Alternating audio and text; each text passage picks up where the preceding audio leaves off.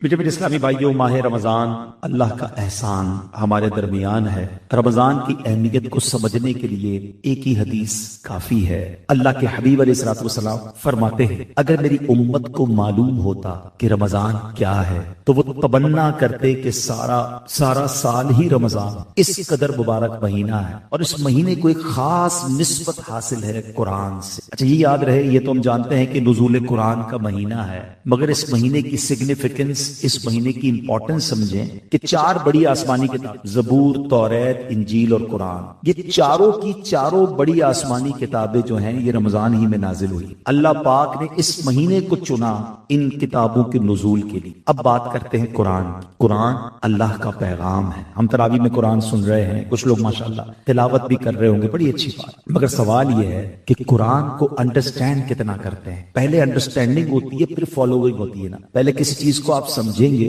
پھر اس کے بعد اس پر عمل کریں گے، لیکن بہت بڑی تعداد ہمارے اندر وہ ہے کہ جو قرآن جانتی نہیں کہ قرآن میں لکھا کیا، قرآن میں بیان کیا ہوا ہے، ہمارے لیے میسجز کیا۔ یاد رہے حدیث پاک کا مضمون ہے وہ دل ویران ہے جس میں کچھ قرآن۔ ایٹ لیسٹ رمضان کے مہینے میں تو یہ ڈیسیشن ہم لینا، اب ہم اپنی بقیہ زندگی قرآن کے ساتھ گزارے، قرآن کو انڈرسٹینڈ، قرآن کس قدر رحمتیں، برکتیں ہمارے لیے خزانے لے کر آیا، ہمیں کیا پتا، ہم نے پڑھا ہی نہیں، ہم نے قرآن کے ساتھ ہمارا تعلق کیسے جوڑا ہے۔ ایک واقعہ میں نے کئی بار بیانات میں بیان کیا، ایک بوڑھی خاتون تھی، بیمار بھی تھی اور غریب بھی تھی، بڑے پیسے جوڑ جوڑ کر اپنے بچے کو باہر بھیجا کہ بیٹا باہر جائے گا تو کما کر پیسے بھیجے گا۔ بیٹا باہر گیا، جا کر ماں کو اس نے تھوڑے دنوں بعد ایک خط بھیجا۔ ماں بڑی خوش ہوئی کہ میرے بیٹے نے، لاڈلے نے ولایت سے مجھے یاد کیا، اس لفافے کو چوما، آنکھوں سے لگایا اور دراز میں رکھ دیا۔ اگلے مہینے پھر خط آیا، پھر بڑی خوش ہوئی مگر پڑھنا جانتی نہیں تھی، پھر اس خط کو دراز میں رکھ دیا۔ بہت سارے انویلپ آتے گئے، وہ دراز بھرتی گئی، ماں بیمار ہوتی گئی، غربت بڑھتی گئی اور ماں دنیا سے چلی۔ پڑوس کی خواتین آئیں، گھر کو صاف کیا، دراز کھولا تو بہت سارے انویلپ ملے۔ جیسے انویلپس کو کھولا تو ان انویلپس میں ہر خط کے ساتھ منی آرڈر تھا۔ بیٹے نے ہر مہینے ماں کو پیسے بھیجے تھے، اگر وہ سارے منی آرڈر کیش ہو جاتے تو ماں کی غربت بھی دور ہوتی، علاج بھی ہو جانا تھا، مگر ماں پڑھی لکھی نہیں تھی، وہ نہیں جانتی تھی کہ خطوں کے اندر، ان لفافوں کے اندر میرے لیے کتنا خزانہ موجود ہے۔ بظاہر تو یہ ایک سٹوری ہے، مگر ہمارا قرآن سے تعلق ایسا ہی تو ہے۔ ہم قرآن کس لیے یوز کرتے ہیں؟ آنکھوں سے لگاتے ہیں، چومتے ہیں۔ نئی دکان لیے، بھائی جلدی قرآن لے کر آؤ، قرآن رکھنا ہے۔ نیا گھر لیا، جلدی قرآن، اچھا سا جلدان بناؤ، بڑا خوبصورت سا قرآن خریدنا ہے، بھائی نیا گھر لیا ہے، اچھا پھر نیا کاروبار، یار ختم قرآن کرانا ہے تاکہ کاروبار میں برکت، گھر میں ختم قرآن کرانا ہے۔ اور اس میں بھی ہم نے دیکھا کہ ختم قرآن میں بھی جس کے گھر میں ختم قرآن ہے وہ نہیں پڑھ رہا ہوتا ہے، وہ بچوں کو بٹھا دے گا، تم پڑھ لو، ساری برکتیں تم لوگ لے کر آؤ میرے گھر میں قرآن کھولنے کے لیے رمضان میں کھولوں گا۔ سچ بتائیں ہم صحیح کر رہے ہیں قرآن کے ساتھ؟ کیا اس لیے قرآن ہمیں دیا گیا، اس لیے یہ نازل ہوا ہے؟ پڑھا ہی نہیں ہے، انڈرسٹینڈ ہی نہیں کیا ہے۔ آج لوگوں کے میسجز کی، لوگوں کے پیغامات کی ہماری لائف میں کتنی اہمیت ہے۔ آج صبح اٹھنے کے بعد پہلے لوگ اللہ رسول کا نام لیتے تھے، وضو کرتے تھے، اب تو آنکھیں پوری نہیں کھلتی، موبائل اٹھاتے ہیں کہ بھئی کس کا میسج آیا پہلے دیکھ، پھر اس کے بعد بھی جس کا امپورٹنٹ ہے اس کو پہلے سنتے ہیں، فیملی کا تو فرینڈز کا، اچھا بزنس کولیگز کا، کسٹمر کا، اگر کوئی نوکری کرتا ہے تو اپنے باس کا میسج پہلے سنے گا تاکہ مس نہ ہو جائے، امپورٹنٹ میسج ہے۔ اللہ کے میسج کا کوئی ٹائم نہیں ہے۔ 40 سال، 50 سال، 60 سال عمر ہو گئی، nobody care about قرآن۔ کیا اب اللہ نے فرمایا قرآن میں کس کو پتا ہے؟ اتنے سال گزرنے کے بعد بھی قرآن کے بارے میں نہیں پتا۔ باقی جو پوچھنا ہے پوچھ لو ہم سے، اس ملک میں رہ کر آج افریقہ کے کیا حالات ہیں، امریکہ کے کیا حالات ہیں، سیاست کیا کہتی ہے، اسپورٹس کیا کہتا ہے۔ $1 خریدنا نہیں، روز ڈالر کا ریٹ معلوم ہوتا ہے، سونے کا ایسے ریٹ معلوم کریں گے جیسے کھانے لینی ہے سونے کی، ہر چیز کی معلومات رکھنی ہے، لیکن قرآن کے بارے میں نہ سمجھنے کے لیے کوئی تیار ہے، نہ ٹائم دینے کے لیے۔ میں آپ سے پوچھتا ہوں، یہ جواب چلے گا اللہ کی بارگاہ میں جب ہم جائیں گے کہ یا اللہ قرآن اس لیے نہیں پڑھ سکا کہ ٹائم نہیں ملا، بیزی بہت تھا، فیملی لائف تھی، بزنس پہ بیزی تھا۔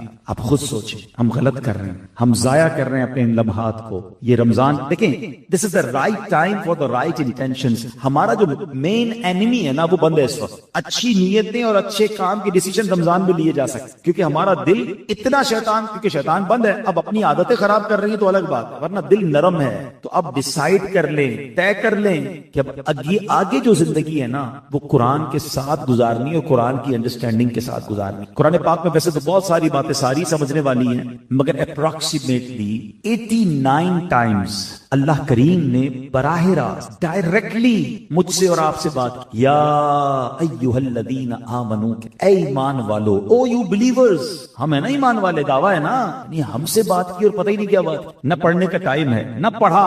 ایک اور ایگزامپل آپ کو دیتا ہوں، آپ ٹریول کرتے کرتے ہیں. بندہ جب گھر سے دور ہوتا ہے نا فیملی بڑی یاد آتی ہے, بچے بیوی گھر والے ماں باپ یاد آتے ہیں. آپ کسی ٹریول پر گئے اور بڑے محبت کے ساتھ آپ نے اپنے بچوں کے لیے, بچوں کی امی کے لیے, بھائی بہنوں کے لیے, ماں باپ کے لیے ایک پیغام ریکارڈ کہ سب سنیں گے, خوش ہوں گے, مجھے بھی رپلائی آئے گا, بچوں کی طوطی زبان میں رپلائی آئے گا, مجھے بہن کی آواز سننے کو ملے گی, بچوں کی والدہ کی آواز سننے کو ملے گی. انسان مس کرتا ہے, ہوم سکنس ہوتی ہے. آپ نے میسج کر دیا, اچھا آپ تو میسج ریسیو ہو جاتا ہے تو ٹک بھی آ جاتا ہے, آپ کو پتا چلا ٹک ہو گیا, ریسیو ہو گیا, لیکن یہ بلو نہیں ہو رہا, سن نہیں رہے. ایک دن گزرا, 2 دن گزرے, آپ سفر پر ہیں, 2 دن بعد آپ نے کہا اب کال کرتا ہوں, خیریت تو ہے؟ آپ فون کریں گے کہ یار میں نے میسج بھیجا, آپ لوگوں نے سنا نہیں. اور گھر والوں سے اگر یہ جواب آئے کہ مل تو گیا تھا, سننے کا ٹائم نہیں ملا, سچ بتاؤ آپ پر کیا گزرے گی؟ یار میں بچوں کے لیے, فیملی کے لیے کمانے کے لیے باہر گیا ہوں, ان کے لیے اسٹرگل کرنے کے لیے گیا ہوں, اور یہ میرا پیغام سننے کے لیے بھی تیار نہیں ہے. تمہارا پیغام کوئی نہ سنے تمہیں برا لگتا, رب کا پیغام مل چکا ہے, ریسیو ہو چکا ہے, مگر ابھی تک پڑھا نہیں ہے, ابھی تک سمجھا نہیں ہے. سچ بتاؤ یہ ہم ٹھیک کر نہیں میرے بیچ اسلام. آج میں آپ کے سامنے for the high light sake of high light, اور کچھ میسج بھی ملے, قرآن کی 2 یا 3 آیتیں پیش کروں گا, اور یہ انہی 2-3 آیتوں کی بات کروں گا جس میں اللہ نے براہ راست مومنین سے بات, تاکہ آپ کو اندازہ ہو کہ ایک ایک آیت کے پیچھے کتنے زبردست میسجز ہیں, کتنی زبردست رہنمائی ہے. خود رمضان کے بارے میں اللہ کریم نے کیا شاندار قرآن میں حکم نازل فرمایا, ہم سے خطاب کیا, یا ایھا الذین آمنوا کتب علیکم الصیام کما کتب علی الذین من قبلکم لعلکم تتقون. اے ایمان والو, تم پر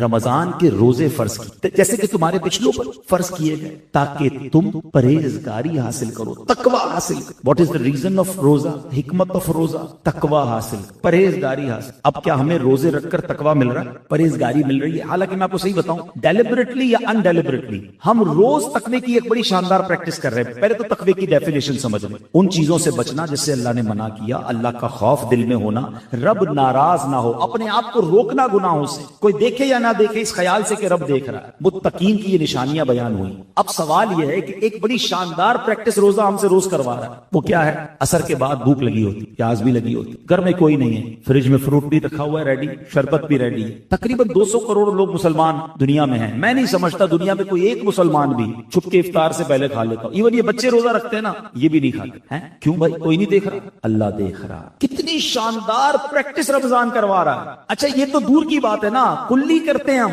منہ میں پانی چلا گیا ہے, اب حلق میں اتارنے میں کتنی جگہ باقی ہے, ایک کلی کے اندر ڈالنی ہے نا, پیاس بھی لگی ہوئی ہے, منہ میں پانی بھی آ گیا, ڈوبڑی, کسی کو پتا بھی نہیں چلے گا, ایک گھونٹ بھر لوں میں تھوڑا پانی اندر چلا جائے گا, کسی کو پتا بھی نہیں چلا. لیکن اتنا مسلمان محتاط ہوتا ہے کہ قطرہ اندر نہیں جانے دیتا ہے, گھر نہیں کرتے. یار رمضان میں روزہ ہے. اب سوال یہ ہے کہ روزے نے تمہیں کتنی شاندار پریکٹس کروا دی کہ تم ایک قطرہ گلے میں نہیں اتار رہے, کوئی نہیں دیکھ رہا تو بھوک بھی لگی ہے, کھانا سامنے موجود ہے, نہیں کھا رہے, اور یہ تمام چیزیں صبح حلال تھی, سحری کا وقت ختم ہونے سے پہلے یہ پانی بھی, کھانا پینا صحیح تھا, کھانا بھی ٹھیک تھا. 1 منٹ گزر گیا, اب تم رک گئے, افطار سے 1 منٹ بعد سب جائز ہو جائے گا, 1 منٹ پہلے تم نہیں کھا رہے. لیکن یہی بندہ حرام کرتے وقت, آنکھوں کا گناہ کرتے وقت کیوں نہیں سوچتا کہ اللہ دیکھ رہا, زبان سے گناہ کرتے وقت کیوں نہیں سوچ رہا اللہ دیکھ رہا, حرام کماتے وقت کیوں نہیں سوچتا اللہ دیکھ رہا ہے, حرام سنتے وقت کیوں نہیں سوچ رہا اللہ دیکھ رہا ہے. روزوں کا ریزن بتایا گیا تاکہ تم تقوی حاصل کرو, پریکٹس بھی کروا دی, 30 دن یہ پریکٹس جاری رہتی ہے. مگر رمضان میں بھی گناہ چل رہے ہیں, کھانا نہیں کھائیں گے, باقی زبان سے جو بولنا ہے بول دیں گے, ہیں آنکھوں سے جو دیکھنا ہے دیکھ لیں گے, یہ کیوں نہیں سوچتے میٹھے اسلام. تو یہ پیغام ہے قرآن کا کہ روزہ اس لیے فرض کیا گیا تاکہ تمہیں پرہیزگاری ملے, اور اس پرہیزگاری کو حاصل. اگلی آیت, اور یہ آیت شاید ہم سب کو یاد ہو, مگر اس آیت میں کیا شاندار انعام ہے ہمارے لیے, میسج ہے. اللہ قرآن مجید میں فرماتا ہے, ان اللہ وملائکتہ یصلون علی النبی یا ایھا الذین آمنوا صلوا علیہ وسلموا تسلیما. درود پاک پڑھ لیں, صلی اللہ علی النبی الامی وآلہ صلی اللہ علیہ وسلم صلاۃ و سلام علیک یا سیدی یا رسول اللہ. بے شک اللہ اور اس کے فرشتے درود بھیجتے ہیں اس غیب بتانے والے نبی پر, اے ایمان والو ان پر درود اور خوب سلام بھیجو. اچھا اب اس آیت کے تحت علماء نے اتنی باتیں لکھی ہیں, اتنی زبردست تشریح ہے. ایک آیت کو آپ سمجھ لینا, میں کہتا ہوں ایمان تازہ ہو جائے گا. یہ کتنا بڑا انعام ہے پہلے یہ پتا, ٹھیک ہے. علماء نے بڑی پیاری ڈیبیٹ کی کہ حضرت آدم علیہ السلام کو تمام فرشتوں نے سجدہ کیا, یہ ان کا مقام, ان کا مرتبہ, ایچ اینڈ ایوری اینجل, تمام فرشتوں نے. ابلیس نے سجدہ نہیں کیا, وہ راندہ درگاہ ہوا, وہ فرشتہ تھا بھی نہیں. اچھا, یہ سجدہ, دو باتیں امام فخرالدین رازی بڑی پیاری بات لکھتے ہیں کہ دراصل یہ جو سجدہ ہوا تھا نا, حضرت آدم علیہ السلام کی پیشانی میں نبی پاک کا نور چمکتا تھا. آپ کی اولاد میں سے ہونا تھا نا, حضرت آدم علیہ السلام کی اولاد میں سے نبی پاک نے ہونا تھا, تو حضرت آدم علیہ السلام کی پیشانی پر نبی پاک کا نور چمکتا تھا. فرشتوں نے دراصل اس نور کو سجدہ کیا. اور دوسری بات, حضرت آدم علیہ السلام کو یہ رسپیکٹ عطا کی گئی کہ تمام فرشتوں نے سجدہ کیا, مگر یہ جو سجدہ تھا یہ ونس ان لائف ٹائم تھا. جمعہ کا دن تھا, زوال کے وقت یہ سجدہ شروع ہوا اور اثر تک رہا, ٹھیک ہے, لیکن ایک بار ہوا. اب ذرا جو عربی گرامر جانتے ہیں, علماء بیٹھے ہیں, اس آیت کی خوبصورتی سمجھیے. ان اللہ وملائکتہ یصلون علی النبی. یصلون کا جو لفظ ہے یہ کنٹینیو ورک پر دلالت کرتا ہے. یہ ایک فعل ایک بار نہیں ہوا. یہ نہیں فرمایا کہ اللہ اور اس کے فرشتوں نے ایک بار درود پڑھ دیا, مومنوں تم بھی پڑھ لو. نہیں, یصلون کا مطلب ہے یہ عمل مسلسل جاری ہے. ہر وقت نبی پاک کی بارگاہ میں فرشتے درود بھیج رہے ہیں, اللہ رحمت نازل فرما رہا ہے. یہ ڈیفرنشیٹ کرنا بھی ضروری ہے. اللہ کا درود بھیجنا اور ہے, فرشتوں اور ہمارا درود پڑھنا اور ہے. ہم التجا کرتے ہیں اللہ کی بارگاہ میں, یا اللہ ان پر رحمتیں بھیج دے, اور اللہ نبی پاک پر رحمتیں مسلسل برسا رہا ہے. پورے قرآن میں کوئی ایک حکم ایسا نہیں ہے جس پہ رب فرمائے میں بھی کرتا ہوں, فرشتے بھی کرتے ہیں, میرے بندو تم بھی شامل ہو جاؤ. یہ فقط درود پاک کا عمل ہے جو رب فرما رہا ہے کہ رب بھی ان پر درود نازل فرما رہا ہے, رحمتیں نازل فرما رہا ہے, فرشتے بھی درود بھیج رہے ہیں, میرے بندو تم بھی شامل ہو جاؤ. اب ذرا غور کیجئے کہ ہمارے آقا علیہ الصلوۃ والسلام کو ہمارے درود کی حاجت ہے؟ نہیں, ہماری تو اوقات ہی کوئی نہیں. ہم ہیں کتنے دنیا میں, مسلمان 200 کروڑ. اچھا, بہت ساری کیلکولیشن ہے, لمبی ہو جائے گی بات. میں عشق والی یہ کیلکولیشن بتا دیتا ہوں جو سبھی کو پتا ہے. ایک حدیث آپ سب نے سنی ہوگی کہ نبی پاک علیہ الصلوۃ والسلام کے روضے پر 70,000 فرشتے صبح حاضری دیتے ہیں, 70,000 فرشتے شام حاضری دیتے ہیں. اٹ مینز 12 گھنٹے کی اپروکسیمیٹلی حاضری ہے, اور جو ایک بار حاضری دیتا ہے اس کو دوبارہ حاضری نہیں ملتی. بڑا زبردست ریلیونٹ کوسچن ہے کہ جناب فرشتے تو معصوم ہیں, گناہ ہی نہیں کرتے, ایک بار حاضری وہ بھی 12 گھنٹے کی, ذرا زیادہ ٹائم دیا جاتا یا دوبارہ ریپیٹ حاضری دی جاتی. اس کی وجہ کیا ہے؟ سبحان اللہ, جب بھی کہیں معاملہ الجھتا ہے نا تو پھر اعلیٰ حضرت کی بارگاہ سے سلجھ جاتا ہے. سیدی اعلیٰ حضرت چند شعروں میں وہ کہتے ہیں نا, پنجابی میں گل مکا دیتے ہیں. اعلیٰ حضرت فرماتے ہیں 70,000 صبح ہیں, 70,000 شام, یوں بندگی زلف و رخ آٹھوں پہر. فرماتے 24 آور کا جو روسٹر ہے نا, 24 آور کی جو ڈیوٹی ہے وہ اس طرح ہے کہ 70,000 صبح ہیں, 70,000 شام, یوں بندگی زلف و رخ آٹھوں پہر کی ہے, جو ایک بار آئے دوبارہ نہ آئیں گے, رخصت ہی بارگاہ سے بس اس قدر کی ہے. اتنی اجازت ہے, پرمیشن یہ ایک باری کی. وہی سوال ہے کہ وجہ کیا ہے, ریزن کیا ہے؟ اب اعلیٰ حضرت جواب دیتے ہیں یہ بدلیاں نہ ہوں تو کروڑوں کی آس جائے, اور یہ بارگاہ مرحمت عام تر کی ہے. فرماتے اگر یہ ڈیوٹی نہ لگائی جاتی نا تو فرشتے اتنے ہیں, each and every angel want to, وہ چاہتے ہیں کہ نبی پاک کے دربار میں حاضری دیں. اگر یہ ٹائم بڑھا دیا جاتا 12 گھنٹے سے زیادہ یا بار بار آنے دیا جاتا تو نبی پاک کی بارگاہ سے کروڑوں حاضری سے رہ جاتے. سمجھ کے آئی بات کہ فرشتے ہیں کتنے. اب ذرا کبھی اکیلے میں بیٹھ کر کیلکولیٹر کھولیے گا, ایک دن میں کتنے فرشتوں نے حاضری دینی؟ 1,40,000. ٹھیک ہے, اب ایک سال میں کتنوں نے دینی ہے؟ 100 سال میں کتنوں نے دینی ہے؟ 1400 سال ہو گئے, اب سے زیادہ وقت ہو گیا ہے. نبی پاک روضہ انور میں موجود ہے, حاضری جاری ہے, اور اللہ جانتا ہے قیامت کب آئے گی, تب تک جاری رہنی ہے. اس کا مطلب یہ ہوا آپ کے سارے کیلکولیٹر, ساری کیلکولیشن بیکار ہو جائے گی, وہ جواب ختم ہو جائے گا. اتنے فرشتے ہیں انکاؤنٹیبل, مگر کر کیا رہے ہیں؟ ڈیوٹی کیا ہے؟ ان اللہ وملائکتہ یصلون علی, یعنی نبی پاک پر اربوں خربوں بھی لفظ تھوڑا ہے, اتنے درود روزانہ منٹ پہنچ رہے ہیں. میری آپ کی درود کی کوئی حاجت نہیں ہونے. ٹھیک ہے, ہماری میمنی میں کہتے ہیں نا کھٹاتے ہیں, بیسیکلی ہمیں کھٹایا گیا ہے, ہمیں چانس دیا گیا ہے کہ ایمان والو تم بھی پڑھ لو, تمہارا کام بھی ہو جائے گا, تمہاری بھی جولی بھر دی جائے گی, تم پر بھی رحمت برس جائے گی, تمہیں بھی شفاعت مل جائے گی. بیسیکلی ہمیں موقع دیا ہے, اور یہ قرآنی حکم ہے. اتنا کمال کا وظیفہ ہونے کے باوجود ہم ہم کتنا درود پڑھتے ہیں. اپنے شیڈول کو دیکھیں, ہم ہمارے شیڈول میں ہر چیز کی جگہ نکل آتی ہے. یعنی آپ نے جو ضروری ہے وہ سب شامل رکھا, پورے دن میں درود ٹائم کیا رکھا. نہ کریں ایسا, درود کے بغیر زندگی نہ گزارے, یہ قرآنی آرڈر ہے. تو بہرحال میں نے 2 آیتیں آپ کے سامنے پیش کی, ایک آخری آیت, باتیں تو بہت ساری ہیں. تیسری آیت وہ آج کل کے موضوع سے بڑی ریلیونٹ ہے. اب الحمدللہ اس مہینے میں صدقہ دیتے ہیں, زکات دیتے ہیں, خیرات دیتے ہیں. قرآن ہمیں کتنا زبردست وارن کر رہا ہے, اے ایمان والو کہہ کر اللہ کریم ہماری گویا رہنمائی فرما رہا ہے کہ ہم بچ جائیں اور اپنے صدقوں کو باطل ہونے سے بچا لیں. اللہ کریم قرآن مجید میں ارشاد فرماتا ہے, یا ایھا الذین آمنوا لا تبطلوا صدقاتکم بالمن والعطا, اے ایمان والو اپنے صدقے باطل نہ کرو احسان رکھ کر اور تکلیف پہنچا کر, ایذا پہنچا. اب یہ بڑا عجیب سا سوال ہے کہ صدقے باطل کیسے ہو گئے؟ پیسے دیے, رسید مل گئی, غریب کو دیے, اس نے ریسیو کر لیے, اب اس کے بعد باطل, نل اینڈ وائڈ. قرآن کہہ رہا ہے باطل نہ کرو. پہلے میں ایک بات سمجھنی ہوگی, جب تک ہم اپنے اینیمی کے بارے میں نہیں جانیں, اس کی چالوں کے بارے میں نہیں جانیں گے, ہم برباد ہی ہوتے رہیں گے, وہ ہمیں نقصان ہی پہنچاتا رہے گا. ہمارا سب سے بڑا دشمن قرآن ہی بتاتا, انہ لکم عدو مبین, شیطان تمہارا کھلا دشمن ہے, اتنا مکار ہے, اتنا مردود ہے کہ پہلے تو چاہتا ہے بڑے گناہ کرے, روزہ ہی نہ رکھے, نمازی نہ پڑھیں, تراویح بھی نہ پڑھیں, شراب پلوا دے, بدکاری کروا دے, جوئے میں لگا دے. پہلے وہ ٹرائی کرتا ہے کہ انسان کو عبادت سے روکے اور بڑے بڑے گناہ کروائے. لیکن جب یہ دیکھتا ہے نا, نہیں یہ نماز تو پڑھے گا, روزہ تو چھوڑ نہیں سکتا, زکات تو پوری دے گا, ابا نے سکھائی تھی, ٹھیک ہے نا,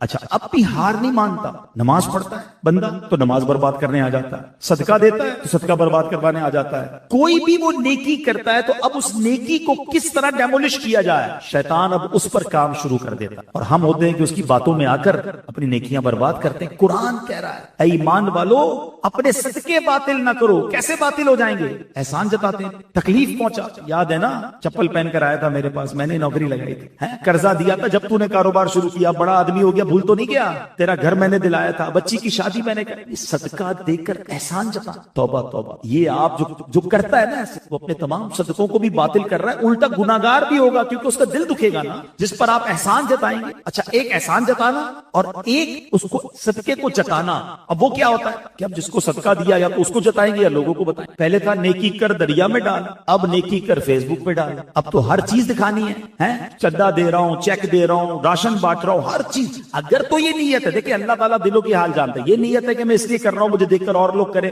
پھر تو ٹھیک ہے, مگر اپنے دل سے پوچھے, کسی اور پر فتوا نہ لگائیں. اچھا کوئی یہ کر رہا ہے تو آپ کہیں یار مولانا صاحب نے بیان کیا تھا, یہ دیکھو جتا رہا ہے, آپ اس پر فتوا نہ لگائیں, آپ صرف اپنے آپ کو چیک کریں, میں اپنے آپ کو چیک. کہ یہ کیوں ہم کرتے ہیں؟ ہماری امہات المومنین کا انداز کیا تھا؟ اللہ اکبر. ام المومنین ام سلمہ رضی اللہ تعالیٰ کے بارے میں آتا ہے, آپ اپنے غلام کو جب صدقہ دے کر بھیجتی نا تو فرماتی جس کو غلام کو صدقہ دینا نا اس سے ہمارے لیے دعا نہ کروانا, صدقہ دے دینا, نام بھی نہ بتانا. اچھا اگر وہ دعا کر دے نا تو وہ دعا نوٹ کر کے لانا. وہ غلام آیا, کہا امی حضور میں نے پیسے دیے, آپ نے صدقہ دیا تھا, وہ اسے دیا, اس نے آپ کے لیے یہ والی دعا کی ہے. ام المومنین نے ہاتھ اٹھائے, ایگزیکٹلی وہی دعائیں اس فقیر کے لیے کی اور کہا دعا کا بدلہ دعا ہو جائے, صدقے کا بدلہ اللہ سے لیں گے. ہمیں دعا بھی نہیں چاہیے وہ. اچھا ہمارا کانسیپٹ کیا ہے یار, امام صاحب ذرا خاص والی دعا کرائیے گا, کارپیٹ بچھوائیں حاجی صاحب نے, نام بھی ہونا چاہیے, پھر بتائیے گا بھی کارپیٹ کولر ہم نے لگایا, یہ فلاں پنکھا, ذرا اسپیشل والی, پھر نام بھی اسپیشل, پتہ نہیں کون سی اسپیشل والی دعا ہوتی. خود سوچیں آپ,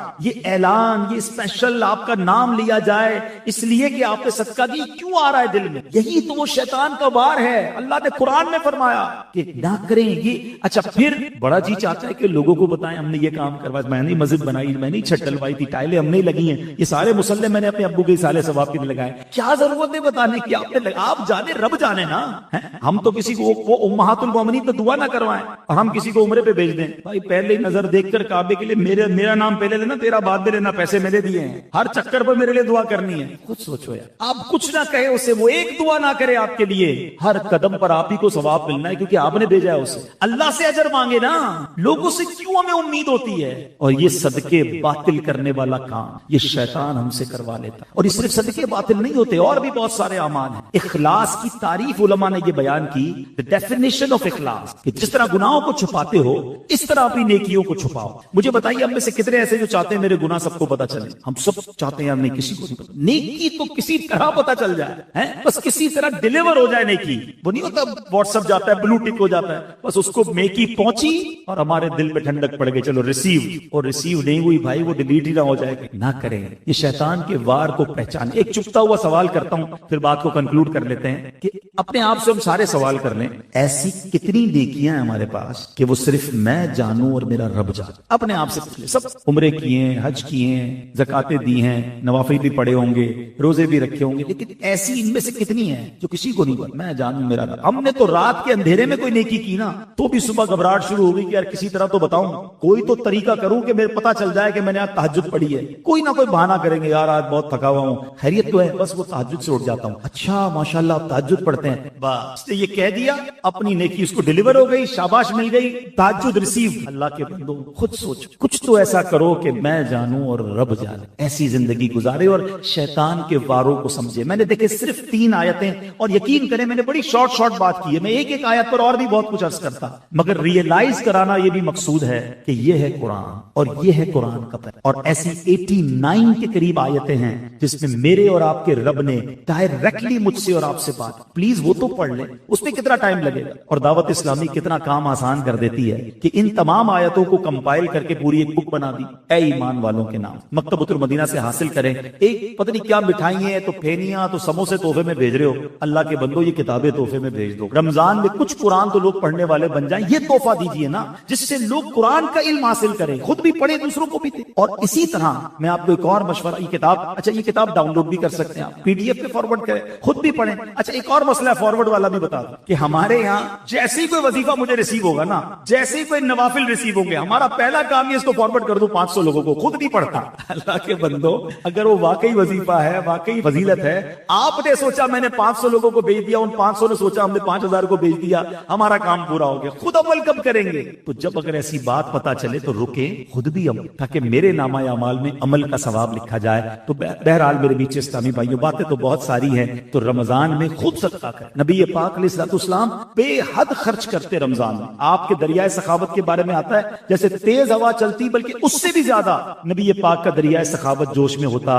تو رمضان میں زکوٰۃ بھی دیں، بلکہ زکوٰۃ سے بڑھ کر صدقہ و خیرات کریں۔ ایک بڑا مسئلہ یہ ہو گیا کہ زکوٰۃ لوگوں پر بھاری ہونا شروع ہوئی۔ پرابلم کیا ہوئی؟ پرابلم تو نہیں کہیں گے، دیکھا جائے تو بلیسنگ ہوئی کہ پچھلے 4-5 سالوں میں اللہ پاک نے بہت سارے لوگوں کو بڑی برکت دے دی، پلاٹ کے دام بڑھ گئے، گولڈ کا دام بڑھ گیا، بزنس اچھے ہو گئے، تو پیسے بڑھ گئے۔ جو زکوٰۃ پہلے ہزاروں میں بنتی تھی وہ لاکھوں میں بن گئی، لاکھوں والوں کی کروڑوں میں بن گئی۔ اب جب زکوٰۃ کروڑوں میں گئی تو لوگوں کے دل چھوٹے ہونا شروع ہو گئے کہ یار یہ کروڑوں میں زکوٰۃ بن گئی۔ آپ سوچے تو صحیح کہ جس کی لاکھوں میں زکوٰۃ بنی ہے کتنا شکر ادا کرے کہ یا اللہ تو نے کروڑوں دیے تو لاکھوں میں زکوٰۃ بنی نا، اگر کروڑوں میں زکوٰۃ بنی تو اربوں دیے تو کروڑوں میں بنی نا۔ دیکھو پھر بھی زکوٰۃ دیتے وقت برڈن فیل کرتے ہیں، کبھی بھی برڈن فیل نہ کریں، خوش دلی کے ساتھ دیں، سجدہ شکر بھی ادا کریں کہ اللہ تیری مہربانی، تو نے دینے والا بنایا، تو نے مانگنے والا۔ اللہ زکوٰۃ بڑھاتا ہی رہے گا آپ کی، آپ پوری دے اور بڑھے گی، مگر اس کو دیتے وقت برڈن فیل نہ کریں، خوش دلی کے ساتھ آپ دیں گے، رب کریم اور آپ کو عطا فرمائے گا۔ تو اس مہینے میں خوب خرچ کیجئے، بہترین خرچ کیجئے، اپنے رشتہ داروں پر خرچ کیجئے، اپنے ملازمین پر خرچ کیجئے، جو مستحقین ہیں ان پر خرچ کیجئے۔ اور اس کے بعد گزارش کروں گا کہ آپ کی دعوت اسلامی آپ کے سامنے ہے، دین کا کتنا بڑا کام کر رہی ہے، تو اپنی زکوٰۃ اور اپنے ڈونیشن میں دعوت اسلامی کا حصہ ضرور رکھیں۔ فطرہ یہ جو ہم دیتے ہیں، ہم نے دینا عید سے پہلے، اس کا بھی عجب فینومینا ہے، بچپن سے اللہ سلامت رکھے دعوت اسلامی والوں کو، انہوں نے سکھا دیا، پچھلے چند سالوں سے سمجھ آئی، ورنہ حدیث بھی نہیں پڑھی تھی۔ کبھی غور کیا کہ اس میں اور کیٹیگریز بھی حدیث میں آئیں؟ نبی پاک نے ارشاد فرمایا جس کا مضمون ہے کہ فطرہ کھجور کا بھی ہے، کشمش کا بھی ہے، جو کا بھی ہے، پھر گندم کا ہے۔ لائف سب سے اچھی گزارنی ہے، کھانے میں افطار میں اجوا کھجور چاہیے، ساری فرائز چاہیے، اور فطرہ دینا ہے گندم کا۔ خود سوچیں جس رب نے آپ کو اتنی نعمتیں دی ہیں، آپ کی باری آئی ہے دینے میں، تو آپ اس میں لوئسٹ کیٹیگری چوز کر رہے ہیں۔ اللہ کی راہ میں خرچ کرتے وقت بہترین اور شاندار اور سب سے اہم بات، خوش دلی انجوائے کریں، اس کو مزہ لیں، یا اللہ تیری مہربانی، اتنے پیسے میں نے خرچ کے، تو نے دیے تو خرچ کے، میری تو اوقات ہی کوئی نہیں ہے۔ اس طرح جب آپ خرچ کریں گے خوش دلی کے ساتھ، اللہ آپ کو اور عطا فرمائے گا۔ اللہ پاک ہمیں ہمارے سینوں کو نور قرآن سے منور فرمائے، قرآن پاک سے سچی محبت عطا فرمائے، اور قرآن کو سمجھنے، انڈرسٹینڈ کرنے کی توفیق عطا فرمائے۔ تفسیر قرآن صراط الجنان ایک آپ کو مشورہ دے دیتا ہوں، حاصل کر لیں یا ایٹ لیسٹ اسے ڈاؤن لوڈ کر لیں، اس کی اپلیکیشن بھی موجود ہے، آڈیو میں بھی تفسیر قرآن کی اب تو صورتیں آنا شروع ہو گئی ہیں، پڑھیں یا سنیں تاکہ قرآن سے محرومی نہ رہے۔ یہ بات یاد رکھیے گا، نیت کرنے کہ میں مرنے سے پہلے پورا قرآن تفسیر قرآن کے ساتھ پڑھوں گا انشاءاللہ۔ انڈرسٹینڈ کروں گا اور مرنے کا کسی کو پتا نہیں ہے، تو آج سے شروع کریں، آج سے سٹارٹ لے لیں۔ اللہ پاک ہم سب کو قرآن پاک کی برکت نصیب فرمائے، آمین بجاہ النبی نبی صلی اللہ علیہ وسلم۔ الحمدللہ رب العالمین والصلاة والسلام علی سید المرسلین، اما بعد فاعوذ باللہ من الشیطان الرجیم، بسم اللہ الرحمن الرحیم۔ پڑھیے، الصلاة والسلام علیک یا رسول اللہ وعلی آلک واصحابک یا حبیب اللہ، الصلاة والسلام علیک یا نبی اللہ وعلی آلک واصحابک یا نور اللہ۔ درود پاک پڑھنے کے بے شمار فضائل و برکات ہیں، بہت سارے فضائل درود پاک کے احادیث کے ذریعے اور بزرگان دین کے واقعات کے ذریعے ہمیں سننے کو ملتے ہیں، مگر آج جو حدیث پاک ہم سنیں گے اس پہ ہمیں یہ احساس ہوگا کہ درود پاک پڑھنا تو باکمال کام ہے، بڑی سعادت ہے، بڑی روحانیت ہے، لیکن اگر درود پاک پڑھا نہ جائے، درود پاک زندگی میں شامل نہ ہو، اور بالخصوص جب سرکار دو عالم صلی اللہ تعالی علیہ وآلہ وسلم کا نام مبارک سنا جائے، ان کا نام لیا جائے، اور اگر اس وقت درود پاک نہ پڑھا جائے تو یہ کتنی بڑی محرومی بھی ہے اور کتنی بڑی اس میں وعید یعنی اس کی سزا بھی ہے۔ ایک بار پیارے آقا علیہ الصلوۃ والسلام منبر اقدس پر جلوہ فرما ہوئے، اور جب پہلی سیڑھی پر قدم رکھا میرے آقا نے فرمایا آمین، اگلی سیڑھی پر قدم رکھا نبی پاک نے فرمایا آمین، پھر اس کے بعد تیسری سیڑھی پر قدم رکھا میرے آقا نے ارشاد فرمایا آمین۔ اچھا، صحابہ کرام علیہ رضوان کا ایک انداز بڑا نرالا تھا، جب وہ کوئی ان یوزول چیز دیکھتے تھے نا، غیر معمولی چیز دیکھتے تو سوال کر لیا کرتے، اور صحابہ کرام علیہ رضوان کے ان سوالات سے امت کا بڑا بھلا ہو۔ ہمیں ایسی ایسی باتیں پتہ چل گئی کہ سبحان اللہ، اگر صحابہ کرام علیہ رضوان نے دیکھا کہ نبی پاک نے ہر قدم پر آمین فرمایا تو عرض کی ارشاد فرمائیے، یہ آپ نے آج منبر کی سیڑھیوں پر جو آپ قدم رکھتے چلے گئے، آپ نے آمین ارشاد فرمایا، اس کی وجہ کیا ہے، اس کا ریزن کیا ہے؟ تو نبی پاک صلی اللہ علیہ وسلم نے جو ارشاد فرمایا اس کا خلاصہ اور مضمون یہ ہے کہ میرے پاس جبریل امین حاضر ہوئے، جب میں نے پہلی سیڑھی پر قدم رکھا جو میرے آمین کہا تو اس میں جبریل امین نے یہ دعا کی کہ یا اللہ عز و جل، جو رمضان کو پالے اور اپنی مغفرت نہ کروا سکے وہ ہلاک ہو جائے، اس کی ناک خاک آلود، گویا وہ برباد ہو جائے۔ آقا فرماتے میں نے جبریل امین کی اس دعا پر آمین، پھر دوسری سیڑھی پر قدم رکھا تو جبریل امین نے دعا کی کہ یا اللہ عز و جل، اس شخص کی ناک خاک آلود ہو، وہ برباد ہو جائے جو اپنے ماں باپ کو بڑھاپے کی حالت میں پائے اور ان کے ساتھ وہ اچھا سلوک نہ کرے، یعنی ماں باپ کی خدمت اسے جنت میں نہ پہنچاتے، وہ برباد ہو جائے۔ آقا فرماتے ہیں میں نے اس دعا پر آمین۔ تیسری سیڑھی پر قدم رکھا، جبریل امین نے دعا کی کہ یا اللہ، وہ شخص بھی برباد ہو، اس کی ناک خاک آلود ہو کہ جس کے سامنے سرور کائنات صلی اللہ تعالی علیہ وآلہ وسلم کا ذکر کیا جائے اور وہ نبی پاک پر درود نہ پڑھے، وہ بھی برباد ہلاک ہو جائے، اس کی ناک خاک آلود۔ نبی پاک فرماتے میں نے اس پر بھی آمین۔ ذرا غور کیجئے میٹھے اسلامی بھائیو، یہ تینوں دعائیں کس درجے کی دعائیں ہیں؟ یہ دعا کرنے والے فرشتوں کے سردار ہیں، جبریل امین ہیں، اور دعا پر آمین کہنے والے جناب رحمت للعالمین صلی اللہ تعالی علیہ وسلم ہیں۔ اٹ مینز، اس کا مطلب کیا ہوا کہ یہ دعا تو کسی صورت بھی قبول ہونی ہے، کوئی شک اور شبے کی گنجائش نہیں ہے۔ تو ہم ان تین باتوں کو یاد رکھنا ہے۔ اگر ہم یہ کہیں تو شاید غلط نہیں ہوگا کہ ہم میں سے بہت سارے وہ ہیں جو ان تینوں صورتوں سے گزرتے ضرور ہیں۔ رمضان آنے والا ہے اور اس سے پہلے کئی رمضان گزارے ہم نے، اگر رمضان مل گیا اور اس رمضان میں مغفرت نہ کروا سکے تو پھر بربادی مقدر ہے۔ اتنی بڑی نعمت ملی اور پھر بھی نہ بخشوا سکے اپنے آپ کو، اللہ کو راضی نہ کر سکے تو وہ شخص برباد ہو جائے گا۔ کئیوں کے پاس ماں باپ کی نعمت ہے، ماں باپ بزرگ ہیں، بوڑھے ہیں، اگر ان کو ایسا راضی نہ کیا، ان کی ایسی خدمت نہ کی کہ اللہ راضی ہو جائے، وہ شخص بھی برباد ہو جائے۔ مگر یہاں آج بوڑھے ماں باپ کے لیے ٹائم کس کے پاس ہے؟ آج بوڑھے ماں باپ کی خدمت کرنے کے لیے کون تیار ہے؟ بالخصوص یورپی ممالک میں، مغربی ممالک میں جو عاشقان رسول ہیں، جو خوش نصیب ہیں، جن کے والدین زندہ ہیں، پلیز خدا کے واسطے اپنے والدین کی دعائیں لیجیے، انہیں ناراض نہ کیجیے۔ والدین وہ نعمت ہیں کہ اگر یہ راضی ہو جائیں تو رب راضی ہو جاتا، اور یہ ناراض ہو جائیں تو رب ناراض ہو جاتا۔ ہمیں ان کو راضی رکھنا ہے، شریعت کے دائرے میں رہ کر ان کی ہر بات ماننی ہے، ان کی خدمت کرنی ہے۔ اور جو تیسری بات کہ درود پاک کتنا امپورٹنٹ ہے، کتنا ضروری ہے اپنی زندگی میں شامل کرنا، اور خاص طور پر جب پیارے آقا علیہ الصلوۃ والسلام کا نام مبارک ہمارے سامنے لیا جائے اس وقت درود پڑھنا کتنا لازم ہے کہ جو نہیں پڑھتا تو فرمایا اس کی ناک خاک آلود ہو، وہ برباد ہو۔ یہاں علماء نے ایک بڑا پیارا پروسیجر، بڑا پیارا ایک ہمیں طریقہ بتایا کہ اگر پورے دن میں ہم محفلوں میں جاتے ہیں، اجتماع میں آتے ہیں، اپنی گفتگو کے دوران بھی نبی پاک صلی اللہ تعالی علیہ وآلہ وسلم کا نام ہم لیتے ہیں، تو اگر پورے دن میں کہیں درود پڑھنا رہ گیا ہے تو بندہ اپنی پورے دن کی روٹین میں ایک پرٹیکولر تعداد، ایک مقررہ درود پاک کی تعداد مقرر کر لے کہ مثال کے طور پر میں 100 بار 200 بار، اللہ نصیب کرے تو 313 بار یا اس سے زیادہ بار درود پاک پڑھوں گا. علماء کہتے ہیں کہ وہ جو درود پاک دن میں ایک بار وہ پڑھ لے گا نا، پورے دن میں جہاں جہاں درود پاک پڑھنا تھا نہیں پڑھ سکا تو یہ اس کا آلٹرنیٹ، اس کا قائم مقام ہو جائے. تو انشاءاللہ میں بھی نیت کروں اور آپ بھی نیت کر لیں. ہمارا ایک نیک عمل بھی تو ہے نا، ہمارے اصلاح اعمال جو 72 ہیں نیک اعمال، اس میں ایک عمل کیا ہے کہ روزانہ کم از کم 313 بار درود پاک پڑھنا ہے. تو میں بھی نیت کروں، آپ بھی کریں کہ اب تو ماہ رمضان آنے والا ہے کہ انشاءاللہ روزانہ کثرت کے ساتھ درود پاک پڑھیں گے.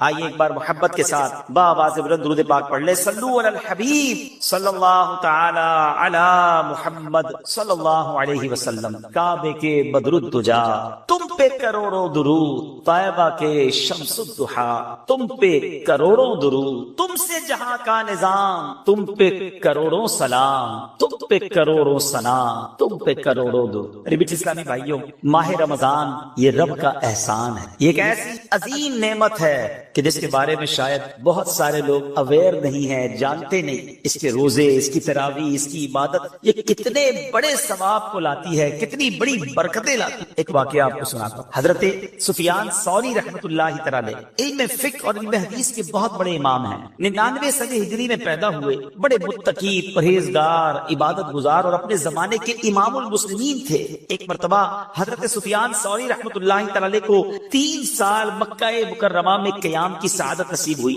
فرماتے ہیں مکہ مکرمہ میں ایک شخص تھا، وہ روزانہ دوپہر کے وقت حرم شریف میں آتا، طواف کعبہ کرتا، 2 رکعت واجب الطواف ادا کرتا، پھر مجھے سلام کرتا اور اپنے گھر چلا جاتا. اس کا روزانہ کا یہ معمول تھا کہ وہ آتا، طواف کرتا، نفل پڑھتا، مجھے سلام کرتا، چلا جاتا. مجھے اس ایک بندے سے بڑی محبت ہو گئی. ایک بار یہ ہوا کہ وہ سخت بیمار ہو گیا. حضرت سفیان ثوری کہتے ہیں میں اس کی عیادت کے لیے گیا، تیمارداری کے لیے گیا. اس کی حالت نازک. اس نے مجھے وصیت کی کہ جب میں فوت ہو جاؤں تو آپ مجھے اپنے ہاتھوں سے غسل دیجیے گا، میری نماز جنازہ ادا کیجیے گا اور مجھے تنہا مت چھوڑیے گا. ساری رات میری قبر کے پاس تشریف فرما رہیے گا اور منکر نکیر کی آمد کے وقت مجھے تلقین فرمائیے. بڑی کمال کی یہ وصیت تھی، اور چونکہ آپ کو اس شخص سے بڑا پیار ہو گیا تھا، دل میں جگہ بن گئی تھی، تو آپ نے اس کی بات جو ہے وہ ایکسپٹ کر لی کہ ٹھیک ہے میں اس وصیت پر عمل کروں. اب آئیے لگے ہاتھوں یہ بھی سن لیں کہ تلقین کیا ہوتی. یہ کمال کا ایک طریقہ ہے اور بہت سو کو شاید نہیں پتا ہوتا، اور یہ احادیث میں یہ طریقہ ملتا ہے کہ تلقین کا معنی ہے، میننگ آف تلقین نصیحت کرنا، سکھانا، کسی کو ٹرین کرنا، سکھانا. جب میت کو قبر میں اتارا جاتا ہے، مٹی ڈال دی جاتی ہے، اس وقت کوئی شخص قبر کے سرہانے کھڑے ہو کر میت اور اس کی ماں کا نام لے کر پکارتا ہے، یعنی یا فلاں بن فلانا. ٹھیک ہے نا، مثال کے طور پہ کسی کا نام اگر اختر ہے اور والدہ کا نام آمنہ ہے تو یا اختر بن آمنہ پکارے گا. مردہ اس کی آواز تو سنتا ہے مگر جواب نہیں دے گا. اس کے بعد تلقین کرنے والا دوبارہ پکارے گا یا اختر بن آمنہ، جو بھی نام ہوگا اس کا. اس بار مردہ اس کی آواز سن کر سیدھا بیٹھ جاتا. تلقین کرنے والا تیسری بار یوں پکارے گا یا فلاں بن فلانا. اس بار مردہ اس شخص سے کہتا ہے مجھے تلقین کر، اللہ پاک تجھ پر رحم فرمائے. اچھا، وہ تلقین کرنے والا مردے کا جواب نہیں سنتا، لیکن یہ قبر میں ہو رہا ہوتا ہے. اب تلقین کرنے والا کہتا ہے اذکر ما خرجت علیہ من الدنیا، یاد کر دنیا سے کس حال میں گیا تھا. شہادت ان لا الہ الا اللہ وان محمدا عبدہ ورسولہ. تو گواہی دیتا تھا کہ اللہ پاک کے سوا کوئی عبادت کے لائق نہیں اور محمد صلی اللہ تعالی علیہ وسلم اللہ کے بندے اور رسول ہیں. وانک رضیت باللہ ربا وبالاسلام دینا وبمحمد نبیا وبالقرآن اماما. تو اللہ پاک کے رب ہونے پر، اسلام کے دین ہونے پر، محمد صلی اللہ تعالی علیہ وسلم کے نبی ہونے پر اور قرآن کے امام ہونے پر راضی تھا.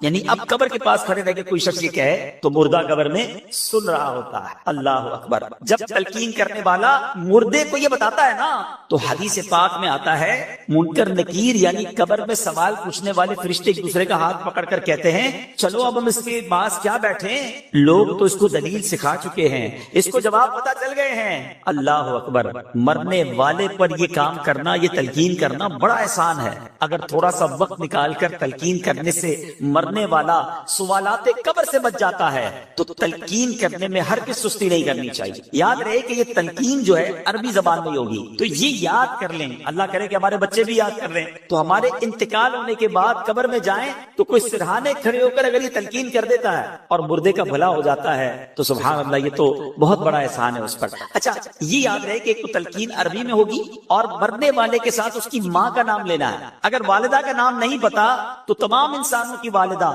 حضرت حوا رضی اللہ تعالی عنہا کا نام لینا ہے۔ اب حضرت سفیان ثوری فرماتے ہیں کہ اس نیک شخص نے مجھے جیسے وصیت کی تھی میں نے ایسے ہی کیا، اس کا انتقال ہوا، میں نے غسل دیا، میں نے نماز جنازہ ادا کی، قبر میں اتارا، اس نے وصیت کی تھی کہ اپنے ہاتھوں سے آپ نے قبر میں اتار کر رات وہیں رہنا ہے۔ میں قبر کے پاس بیٹھ گیا، ذکر و اذکار چلتے رہے، کہتے رات جب سب لوگ چلے گئے تو میں نے اس کو، مجھے اونگ آ گئی، نیند آ گئی، حالت نیند میں مجھے غیبی آواز آئی، کوئی کہہ رہا تھا اے سفیان اس کو تیری تلقین اور قربت کی کوئی حاجت نہیں ہے، ہم نے خود ہی سے انس دے دیا ہے، خود ہی سبحان اللہ اللہ کی طرف سے اس پر برکتیں نازل ہو گئی ہیں اور تلقین بھی کی ہے۔ حضرت سفیان کہتے ہیں کہ اس کو کس عمل سے یہ رتبہ ملا، اتنا بڑا مقام اسے کیسے ملا؟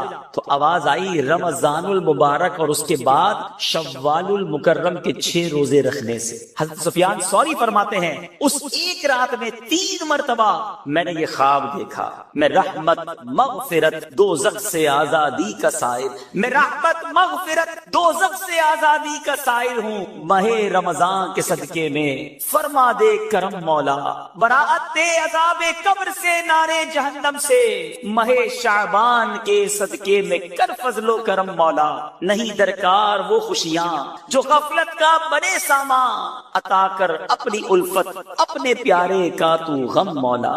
اے میرے میٹھے اسلامی بھائیوں، سب کو آپ سب کو مبارک ہو کہ اللہ پاک کے کرم سے، اس کے فضل اور احسان سے ایک بار پھر رمضان مبارک تشریف لا رہا ہے۔ ابھی چند دن بعد ایک شام آئے گی جب نگاہیں آسمان کی طرف لگی ہوئی ہوں گی، چاند دیکھنے کی کوشش کی جا رہی ہوگی، ایک طرف سے آواز آئے گی دیکھو وہ رمضان کا چاند نظر آ گیا، اس کے ساتھ ہی مساجد سے یہ اعلان ہونے لگیں گے سب عاشقان رسول کو مبارک ہو، عصمتوں رفعتوں برکتوں مغفرتوں والے مہینے رمضان المبارک کا چاند نظر آ گیا، نظر آ گیا۔ انشاءاللہ اللہ نے چاہا جلد یہ اعلان سنیں گے انشاءاللہ۔ مرحبا صد مرحبا، پھر آمد رمضان ہے، کھل اٹھے مرجھائے دل، تازہ ہوا ایمان ہے، یا خدا ہم عاصیوں پر یہ ایک بڑا احسان ہے، زندگی میں پھر عطا ہم کو کیا رمضان ہے۔ اے میرے میٹھے اور محترم اسلامی بھائیوں، رمضان کی عظمت سمجھیے، رمضان کا مقام سمجھیے، یہ مہینہ رب کریم کی بارگاہ میں کس قدر بڑا مرتبہ رکھتا ہے۔ ہمیں شاید بہت سارے ناظرین کو یہ تو پتا ہے، قرآن کی آیت بھی سنی ہوگی، شہر رمضان الذی انزل فیہ القرآن، رمضان کا مہینہ جس میں قرآن اترا، مگر شاید بہت سارے ناظرین کو یہ نہیں پتا کہ اللہ کریم نے جو 4 بڑی آسمانی کتابیں اس دنیا میں نازل فرمائی، تورات، زبور، انجیل اور قرآن، سبحان اللہ، میرے آقا علیہ الصلوۃ والسلام فرماتے ہیں کہ حضرت ابراہیم کے صحیفے رمضان کی پہلی رات نازل ہوئے، تورات شریف رمضان کی 7ویں رات نازل ہوئی، انجیل شریف رمضان مبارک کی 14ویں رات نازل ہوئی، اور ابن ابی شیبہ کی روایت میں ہے کہ زبور شریف رمضان المبارک کی 6 تاریخ کو نازل ہوئی، سبحان اللہ، اور شب قدر کو سبحان اللہ جب قرآن مجید جو ہے اس کو نازل کیا گیا۔ تو اے میرے میٹھے اسلامی بھائیوں، آپ ذرا غور کیجئے کہ 4 بڑی آسمانی کتابیں جو ہیں وہ اللہ کریم نے پورے سال میں جو مہینہ پسند فرمایا وہ رمضان کا مہینہ ہے، اور قرآن جو رب کا کلام، آخری کلام، سر چشمہ ہدایت جو ہے وہ میرے آقا علیہ الصلوۃ والسلام کے قلب منور پر 23 سال کے عرصے میں درجہ بدرجہ اور یوں سمجھیے کہ وقفے وقفے سے جبریل امین لاتے رہے، وہ نازل ہوا۔ تو اے میرے بیچ اسلامی بھائیوں ذرا غور کیجئے اس مہینے کا مقام کیسا ہے، یہ کتنی بڑی اللہ کی مہربانی ہے کہ رب کریم بس اب اللہ سے دعا کرتے ہیں کہ یا اللہ یہ چند دن بھی خیر سے نکل جائیں، ہمیں خیر کے ساتھ عافیت کے ساتھ ماہ رمضان عطا بھی فرما، اور اس مہینے میں خوب روزے رکھنا، تراویح پڑھنا اور عبادتیں کرنا نصیب فرما۔ میرے بیٹے اسلامی بھائیوں، سرکار غوث اعظم پیران پیر شیخ عبد القادر جیلانی رضی اللہ تعالیٰ عنہ کیا خوب فرماتے ہیں، رمضان میں کتنے حروف ہیں؟ را، میم، ضاد، الف اور نون۔ غوث پاک کتنی پیاری تفصیل بیان کرتے ہیں کہ را سے مراد رضوان اللہ یعنی رضا الہی ہے، میم سے مراد محابات اللہ عن العصاة یعنی اللہ پاک کی گناہ گاروں پر رحمت اور مہربانی فرمانا ہے۔ لفظ رمضان میں جو تیسرا حروف ضاد ہے اس سے مراد ضمان اللہ یعنی اللہ پاک کی امان ہے۔ چوتھا لفظ الف ہے، اس سے مراد الفت اللہ محبت الہی ہے۔ آخری لفظ نون، اس سے مراد نور اللہ۔ سبحان اللہ، اس سے پتا چلا کہ رمضان مبارک اللہ پاک کی رضا ملنے کا مہینہ ہے، گناہ گاروں پر رحمتیں برسانے کا مہینہ ہے، اللہ کی طرف سے امان ملنے کا مہینہ ہے، اللہ پاک کی محبت نصیب ہونے کا مہینہ ہے۔ اور سنو، رمضان نور الہی ملنے کا مہینہ ہے، اتنی برکتیں، سبحان اللہ۔ اے میرے پیچھے اسلامی بھائیوں، حضور غوث پاک مزید کیا فرماتے ہیں؟ فرماتے رمضان کی مثال سینے میں دل جیسی ہے۔ ذرا غور کیجئے کہ پورے جسم کی موسٹ امپورٹنٹ تھنگ جو ہے وہ دل ہے۔ فرمایا رمضان کی مثال سینے میں دل جیسی ہے، دل کو نور ایمان اور نور معرفت سے زینت و خوبصورتی ملتی ہے، اسی طرح رمضان مبارک کو تلاوت قرآن کے نور سے آراستہ اور مزین کیا جاتا ہے۔ کیا پیاری بات فرماتے ہیں کہ رمضان کی مثال انسانوں میں انبیاء جیسی ہے، جیسے لوگوں میں نبیوں کا مرتبہ ہے نا، فرمایا عام مہینوں میں رمضان کی مثال جس طرح انسانوں میں انبیاء جیسی ہے۔ فرمایا کیونکہ انبیاء مجرموں کی شفاعت کرتے ہیں، رمضان بھی روزہ داروں کی شفاعت فرمائے گا۔ اچھا آگے فرماتے ہیں رمضان کی مثال شہروں میں، پوری دنیا میں کتنے شہر ہیں مگر مکہ مدینے کی بات ہی نرالی ہے نا۔ غوث پاک کہتے ہیں رمضان کی مثال شہروں میں مکہ اور مدینہ جیسی ہے کہ ان شہروں میں دجال داخل نہیں ہو سکے گا، اور رمضان مبارک میں سرکش شیطانوں کو زنجیریں ڈال کر قید کر دیا جاتا ہے۔ فرمایا ان تمام برکتوں اور فضیلتوں کے ہوتے ہوئے بھی جو شخص رمضان المبارک میں اپنی بخشش نہ کروا سکے تو اور کس مہینے میں بخشا جائے؟ پھر کون سا وقت آئے گا جب بخشش ہوگی؟ ہر مسلمان کو چاہیے اس ماہ مقدس میں خوب توبہ کرے، اس سے پہلے کہ توبہ کا دروازہ بند کر دیا جائے۔ ہر مسلمان کو چاہیے کہ اس ماہ مبارک میں کثرت کے ساتھ گریہ وزاری کرے، اس سے پہلے کہ رحمت کا وقت گزر جائے۔ بھائیوں بہنوں، گناہوں سے سبھی توبہ کرو، خلد کے در کھل گئے، داخلہ آسان ہے، آ گیا رمضان، عبادت پر کمر اب باندھ لو، فیض لے لو جلد، یہ دن 30 کا مہمان ہے۔ یہ موقع آ رہا ہے، یہ وقت آ رہا ہے اللہ کو راضی کرنے کا، یہ وقت ہمیں مل رہا ہے رحمتیں لوٹنے کا۔ اے میرے بیچ اسلامی بھائیوں، آئیے کچھ احادیث کے مطابق مزید ماہ رمضان کے فضائل سنتے ہیں۔ دیکھیں رمضان کی پہلی رات، بہت امید ہے کہ چند دنوں میں انشاءاللہ وہ پہلی رات آ جائے گی۔ وہ پہلی رات بھی بڑی اہمیت والی ہے۔ اس پہلی رات جب آتی ہے آسمانوں کے دروازے کھول دیے جاتے ہیں اور آخری رات تک بند نہیں ہوتے۔ جو بندہ ماہ رمضان کی رات میں نماز پڑھتا ہے، اللہ عز و جل اس کے ہر سجدے کے بدلے اس کے لیے 1500 نیکیاں لکھتا ہے اور اس کے لیے جنت میں سرخ یاقوت کا گھر بناتا ہے۔ اے تراویح پڑھنے والوں تمہیں مبارک ہو، اے نمازیں پڑھنے والوں تمہیں مبارک ہو، اے رات میں عبادت کرنے والوں تمہیں مبارک ہو۔ ہر سجدے پر 1500 نیکیاں ہیں اور سرخ یاقوت کا گھر مل رہا ہے۔ جو ماہ رمضان کا پہلا روزہ رکھتا ہے، ابھی تو سٹارٹ ہوتے ہی دیکھو پہلے دن اور پہلی رات سے ہی برکتوں کا کیسا حال ہے۔ فرمایا جو پہلا روزہ رکھتا ہے اس کے پچھلے گناہ معاف کر دیے جاتے ہیں۔ صبح سے شام تک 70,000 فرشتے اس کے لیے دعائیں مغفرت کرتے رہتے ہیں۔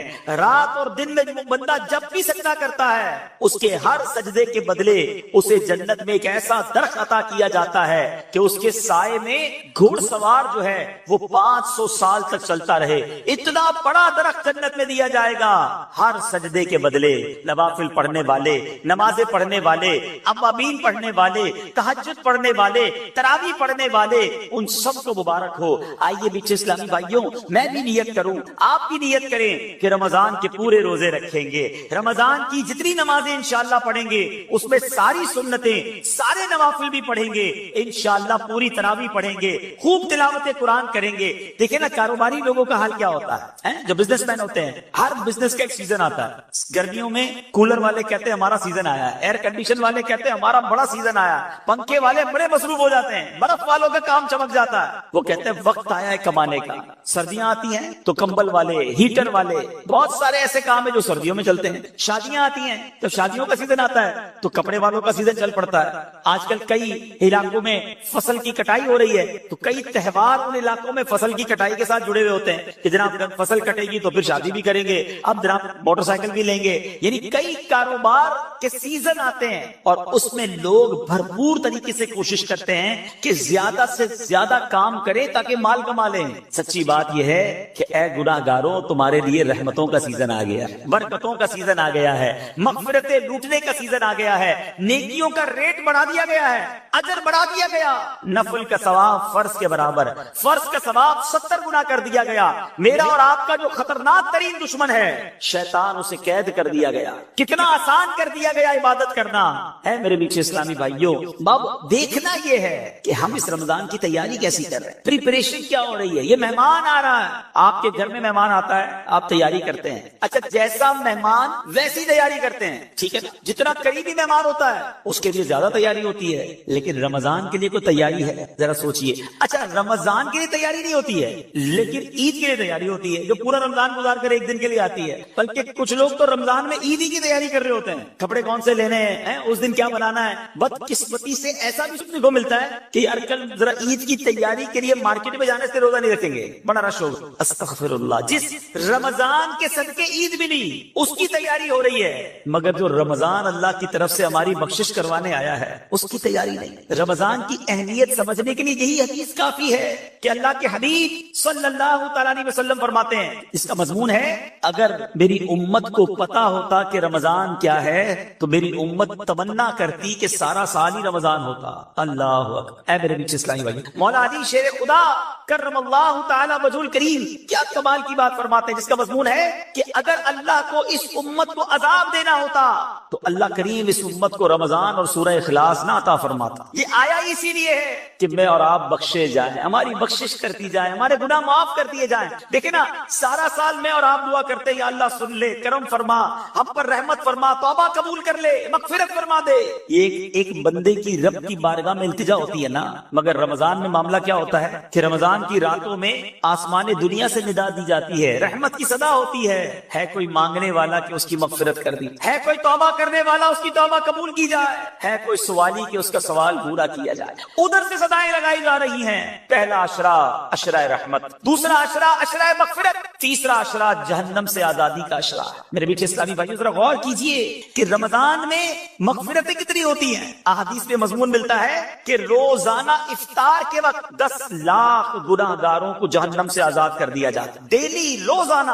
فرمایا کہ جب رمضان میں جمعے کا دن آتا ہے, جمعرات کی رات اور جمعے کے دن ہر لمحے 10 لاکھ بخشے جا رہے ہیں. اور پھر فرمایا جب رمضان کی آخری رات آتی ہے نا تو جتنے پورے مہینے میں بخشے تھے اس کی تعداد کے مطابق اتنے گناہگار اور جہنم سے آزاد کر دیے جاتے ہیں. ہمارے کیلکولیٹر جواب دے جائیں گے اتنے لوگ بخشے جاتے ہیں, اس میں بھی چند بد نصیب ہوتے ہیں جو نہیں بخشے جاتے. اور اس کے بارے میں آپ نے سن لیا شروع میں کہ جو رمضان کو پائے اور اپنی مغفرت نہ کروا سکے وہ ہلاک و برباد ہو جائے. اے میرے بیچ اسلامی بھائیوں, ہمیں پلاننگ کرنی ہے, ہمیں تیاری کرنی ہے کہ رمضان گزارنا کیسے ہے. آج گھر میں دعوت ہو تو کتنی بار گھر میں مشورہ ہوتا ہے, بڑی دعوت تو زیادہ مشورے کہ پہلے کیا کھلائیں گے, مہمانوں کو پہلے کیا پیش کریں گے, بعد میں کیا دیں گے, میٹھا کیا ہوگا, مٹھائی کے کدھر, لسٹ کیا ہوگی. اور رمضان آ رہا ہے, اتنا بڑا مہینہ آ رہا ہے, اتنا بڑا ہمارے لیے مغفرت کروانے کے لیے رب کا احسان آ رہا ہے. اس کی کوئی تیاری, کوئی پلاننگ, کوئی مشورہ کہ کتنی بار تلاوت کروں گا, ہے کتنے قرآن ختم کرنے ہیں, میں نے کتنے نوافل پڑھنے ہیں, میں نے کہاں کہاں اپنا وقت گزارنا ہے.